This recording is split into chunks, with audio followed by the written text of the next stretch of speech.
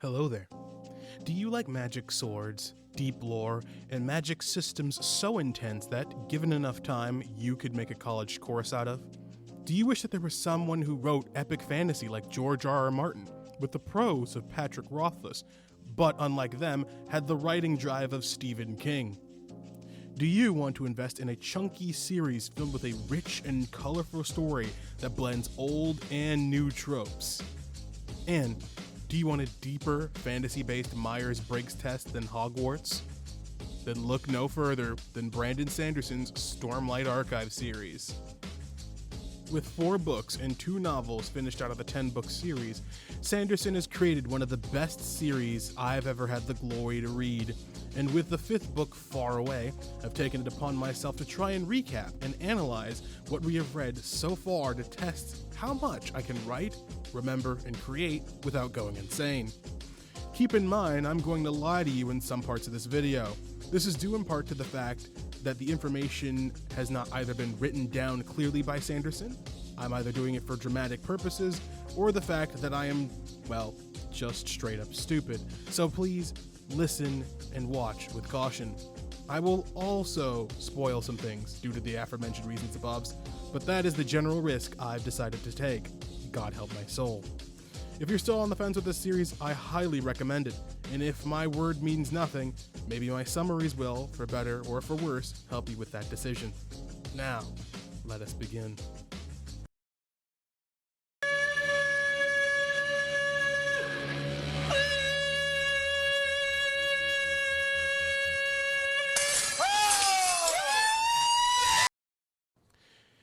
It all starts with an event known as the Shattering of Adonalsium. No one actually knows who or what Adonalsium was besides Sanderson, but in its shattering, 16 shards of its power were spread about the universe, or Cosmere. And you might be wondering what's going on with this talk about the universe and Cosmere and shards, when the story is clearly taking place on one planet. I mean, the cover wouldn't lie to you, would it? Well, the answer is yes. Yes, it did. Everything lies. Welcome to the real world. Did you not listen to the first paragraph?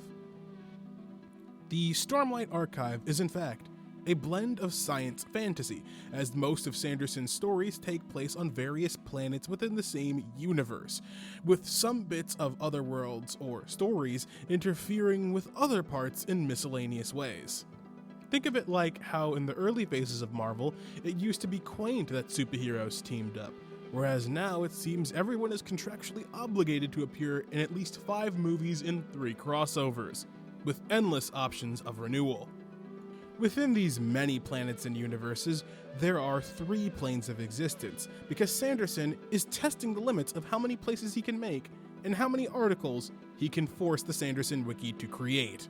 They are the physical realm, which is the one we can see, feel, and touch, the cognitive realm, filled with beings called Spren, which are beings made of pure thought that can live forever, and have the amazing ability to hold grudges for eternity, like the perfect mix of elves and dwarves, and the spiritual realm, which is the realm of the gods, one we know very little about. Currently, the majority of the books in the Stormlight Archive take place on the planet of Roshar, on the landmass of Roshar. Roshar has very unique attributes, like 3 moons, which gives a lot of their flora and fauna carapaces. There are also hurricanes called high storms that rip through the plains of Roshar every couple of days. Roshar sports various races like the Parshmen, Herdazians, and the Horn-Eaters, each with their own unique culture and lore that we will get to as our story progresses. Each with deep history that adds that Sanderson flavor, which makes all of his worlds feel that much more real. Now that we've covered a little bit of the ecology, we can now move on to the history of Roshar.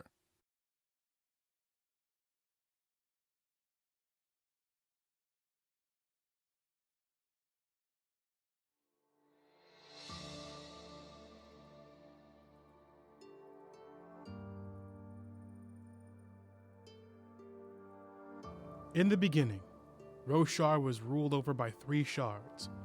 They were named Honor, Cultivation, and Odium. Honor was known as the Almighty, as he brought forth order and honor to the planet, and is seen as the father of what we now know as Spren. Cultivation is the mother of nature, who promotes growth in all things, such as plants, animals, and human beings. Odium represented death, destruction, and rot, for it was he, along with the Voidbringers, Spren-like beings who could possess the bodies and minds of those they came across, and his Unmade, who declared war on Roshar in a gambit to kill Honor itself. Honor, upon realizing that he needed champions of his own, assembled 10 rad teenagers with attitudes and created the Heralds, or as I like to call them, the Mighty Morphin Honor Rangers. The Heralds were blessed with immense magical power, or investiture, which is the catch-all term used for magical energy in the Cosmere, which not only allowed them to be the strongest things in the world next to Odium's Unmade, but made them virtually immortal, just like the Unmade itself. This is because when a person takes in a lot of investiture, they can create what are known as cognitive shadows upon death, which basically means that when you die, your magic energy makes a copy of you that continues on after your death. The bond between these individuals, the duty that they were to undertake, and to honor itself, became known as the Oath Pact. These battles between Odium and Honor's forces were called the Desolations, cataclysmic wars that shattered everything in their path, claiming countless lives and stunting any kind of scientific or social progress normal kingdoms might have. More often than not, Honor would win and the Heralds would sacrifice themselves to send Odium and his forces to Braze, which is essentially Hell, the planet. However, this meant that the Heralds had to endure endless torment and pain to keep the seal going, or at least until one of them broke, which led to the fact that every 10 years a desolation would occur. Imagine, if you will, having to go through a world war every single decade. Could you imagine what society would be like, if there even was one? It would make you question your place in the world, what life means, what does it mean to live, to fight, and to die. And after years of fighting, the Heralds abandoned their Oath Pact and disappeared. This event was known as the Day of Recreance, and this simple action would ring throughout Roshar through the rest of time.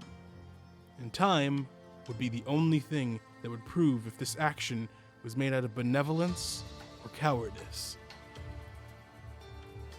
Centuries turned to millennia, and the story of the Heralds and the Knights Radiant turned from fact to legend, and finally, to myth. The only things left of them to prove their existence were ancient texts like the Way of Kings, a book written by a king named Nohadon, detailing such things as his journey from Abamabar to Rathiru, which are two places that no Rosharan has ever found, and items like shard plates, powered by Stormlight, and they're able to withstand any attack, and shard blades, 6-foot-long swords that are able to cut through anything like a hot knife through butter. These blades and plates hold such immense power, one trained warrior with even one of these items in their possession can turn the field of battle. As such, finding these blades and plates are imperative to any Rosharan royal family, as the more they have, the more prestige and power that they can command. There are other items, but those will be revealed in time. During the absence of the Radiants, a new religion sprung up known as Vorinism. Vorinism declares that Honor was the one true god, and that the noble and worthy in death serve him in the tranquil halls. They also believed that the Knights Radiant either did not exist, or were a group of con men and traitors, defying the will of Honor and his almighty heralds. The reason for this being that because no one has ever been able to do what was written, they could not exist. The irony of that statement aside, Vorinism grew to be one of the top religions in Roshar, and ruled the world for quite a time through what they called the hierocracy, enforcing strict gender laws that have survived long since their rule. Men were taught to be warriors and rulers, and were discouraged from doing things such as reading or writing, and only ate spicy food. Women were taught to be painters and writers, only ate sweet foods, and wore long sleeves to cover up their left hand, which became known as the safe hand. The priests of Vorinism, called Ardents, who also led the hierocracy, touted the ability to see the future in visions that came directly from the Almighty himself, and created prophecies that people would follow with complete devotion. They also stated that anyone who sported lighter eye colors, who would become known as light eyes, were seen as closer to the Almighty than their dark-eyed brethren. Although the Ardentia could have been completely fine with the parts of Roshar that they had, greed seemed to get the better of them, and they attempted to expand further into Western Roshar. This would be their greatest mistake.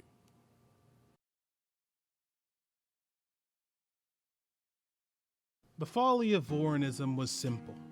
Although it ruled most of Roshar, it spread itself thin, meaning most places lacked proper defenses and a proper army. It was the perfect opportunity for someone ruthless and powerful enough, someone with ambition for world domination. A man who would usher in a new era for Roshar. That man would be known throughout history as Sades, the Sunmaker. The Sunmaker used his supreme cavalry to take over the less fortified lands with brutal efficiency. Some would say that the army attacked as if possessed by some sort of greater power. However, Sades realized that in order to truly win a war, he not only had to kill the armies of the hierocracy, but he had to break the hierocracy in general. Gathering the remaining priests together from his conquests, Sades personally interrogated each and every one, documenting their statements. After these grueling sessions, Sades stated that his investigation found absolutely no evidence that the Ardents were speaking to the Almighty, and instead revealed a history of fraud. This information, whether it be fact or propaganda, shattered the faith within the hierocracy. This event would be known as the War of Loss, where the Ardentia fell from grace and from power. No longer were they the ultimate power within Roshar, united in vision. Instead, they were belittled to mere advisors and broken into smaller groups known as devotiaries.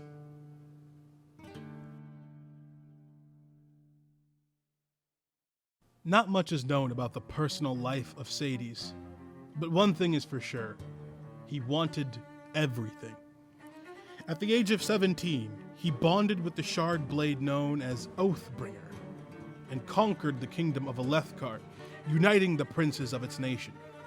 After using the power of Alethkar in the War of Loss, he then spread further, conquering Herdaz, Azir, and Azamir, all whilst taking care of his 10 sons. Eventually, Sades was stricken with an unknown illness and perished, never quite truly achieving his goal.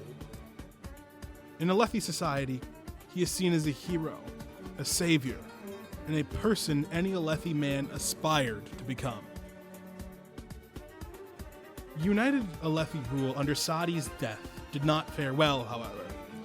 Sades, in what I can only assume was blind arrogance and thinking that he'd rule forever, never named an heir, leaving his seat of power vacant. The children of the Sunmaker grew bitter and possessive, shattering one nation into 10, each run by a high prince, each squabbling for more and more power in a way I assume could only be made into a small novel unto itself. One day, in the Colleen family, a young man named Gavilar and his brother Dalinar were born. The brothers were also born with a sense of the same ambition. And through various means, some might say nefarious or underhanded, Gavilar ascended to become the high prince of the family, and soon after waged war for the throne of Alethkar. During his rise to power, Gavilar was introduced to Navani by his brother, which started a whirlwind romance of sorts, resulting in their firstborn child, Yasna. Along with his brother, Dalinar, who had gained the nickname of Blackthorn, Gavilar also had the allegiance of Toral Sadius, a mastermind with a penchant for brutal tactics in both the political and military spheres. These powerful men managed to do what prior generations did not think was possible since the passing of Sades, and united most of Roshar under Alethi rule. Ever since then, the Colleen dynasty shifted its efforts to peacekeeping and exploration missions, even seeking to garner a form of truce with the Parshmen, which could lead the way to emancipation from their millennia of slavery since the Desolations.